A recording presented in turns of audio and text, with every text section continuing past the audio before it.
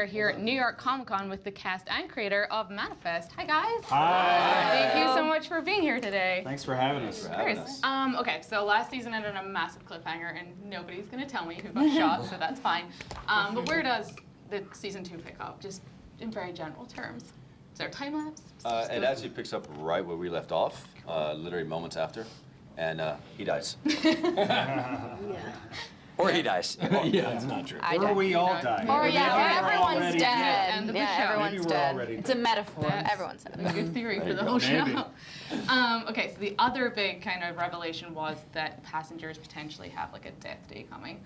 How do we see them kind of dealing with that? Because that's not the nicest news. No, I think it's a big thing. I mean, it's going to start out the season, particularly for the Stone family, and it's all about trying to figure out a way to stop that, to Right. find a way to stop it. Time's ticking, so you'll see different characters dealing with that in different ways. You know, what would you do if you found out you only had 5.5 years left to live? What would you get in order? Who would you talk to? You'll see Ben, you know, making moves to prepare for that, for sure. He also has this added responsibility of like, does he tell the other passengers? Is that something he kind of grapples with? Right, absolutely, yeah. I mean, he's got this sort of self-inflicted burden of being responsible, not only for his family, but for all the passengers. And I think that burden is going to weigh very, very heavy on him. And you'll see that break him in a certain kind of way. Great, sounds like a lot of fun for a character. Yeah. The other revelation, Athena, was that Grace is pregnant. Yes. Doesn't necessarily know who the father is. How do we see her dealing with that in the first few episodes? Well, that answer is actually revealed pretty quickly. Oh, okay. It's the first episode, isn't it? Second, I think. Oh, second, okay. But in such Anyway, a way. and it's really surprising the way that it is revealed. So, and that surprise kind of takes Grace off in a different direction. Oh, wow. So it's cool. It's interesting. Cool. And Parveen, your character's obviously got PTSD from the whole shocking experience. And then we kind of discovered that her therapist is maybe a government agent. I'm sure that's not working out so great. Yeah, she's saying too much to the wrong person. And then ultimately we're going to really see Sanvi start to put herself in dangerous situations to solve what's happening to them, and then we're really going to see her crumble as well in this season. Because she didn't really get time to heal last season. No.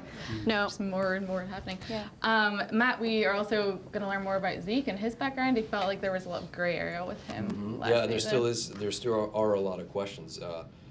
But yeah, we see a lot of flashbacks. We see people from his past, a lot of issues from his past that he has to deal with. And how's the rivalry going between you? I mean, one of you's dead. Yeah, it's going great. We're buddies. They've been doing couples therapy. Yes. Great. Okay. With the same therapist. Making strides. Yes. Yeah, Jared needs a lot of therapy after last season. I think everybody probably does. Hi, Melissa, how's the things for Michaela? Is she like, guys, leave me alone? She just says screw it and then walks away. No, she, you know, with whoever got shot, one of them, or the other two, sorry, have to deal with the repercussions of that. And so we see her dealing with whatever the situation is there. But I think, you know, Ben and Michaela are still on their quest to figure out what's going on. And I think she starts to realize there's a lot of consequences for how she's approaching it. Okay. And yeah, that the callings continue, and yeah. Well, speaking of the callings, Jack, your character Cal kind of is the best line to them. Yeah. Do you get to do any of those drawings yourself? No, for one of them, I did write something. I think it was like turn left in, which episode was that? Yeah, I think that was in 12, season 1, episode 12. Nice handwriting? Good. And Luna, for you, I feel like your character, if she wasn't there, they basically wouldn't crack anything. She just like, so her research skills are next level. What do we see her up to Olive up to this season?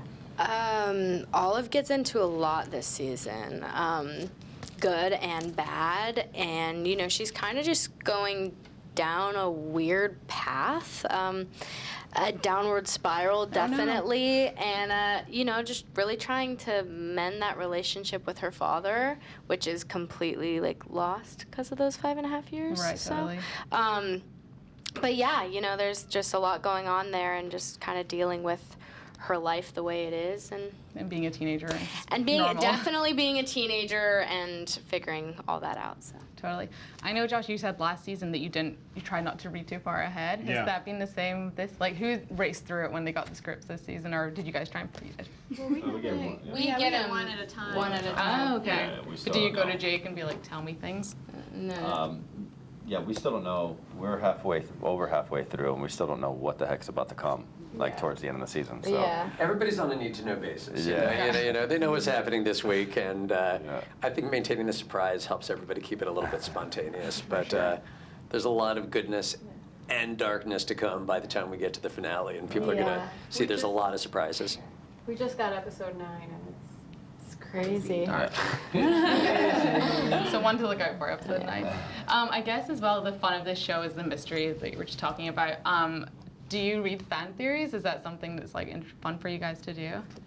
I mean, I've kind of looked at some of the who they think got shot, and I mean, some of them might be right. It's like a 50-50. Well, it sounds like it's actually right. Some of them might be right. 30% chance that there's they're gonna some be- there's some interesting ones on Reddit that I've. Really? Yeah, There are some Reddit. cool ideas, though. Yeah. Some people are really smart. Yeah. They're so really Yeah. tuned in. Also, the show is like one of the biggest new shows of last year, which is awesome for you guys. Congrats. Why do you think it resonates so much with fans? What are they like tuning into? I think the idea is really compelling. I mean, it's such an amazing setup, and it creates so many different scenarios and issues with families and relationships. I find it to be extremely grounding.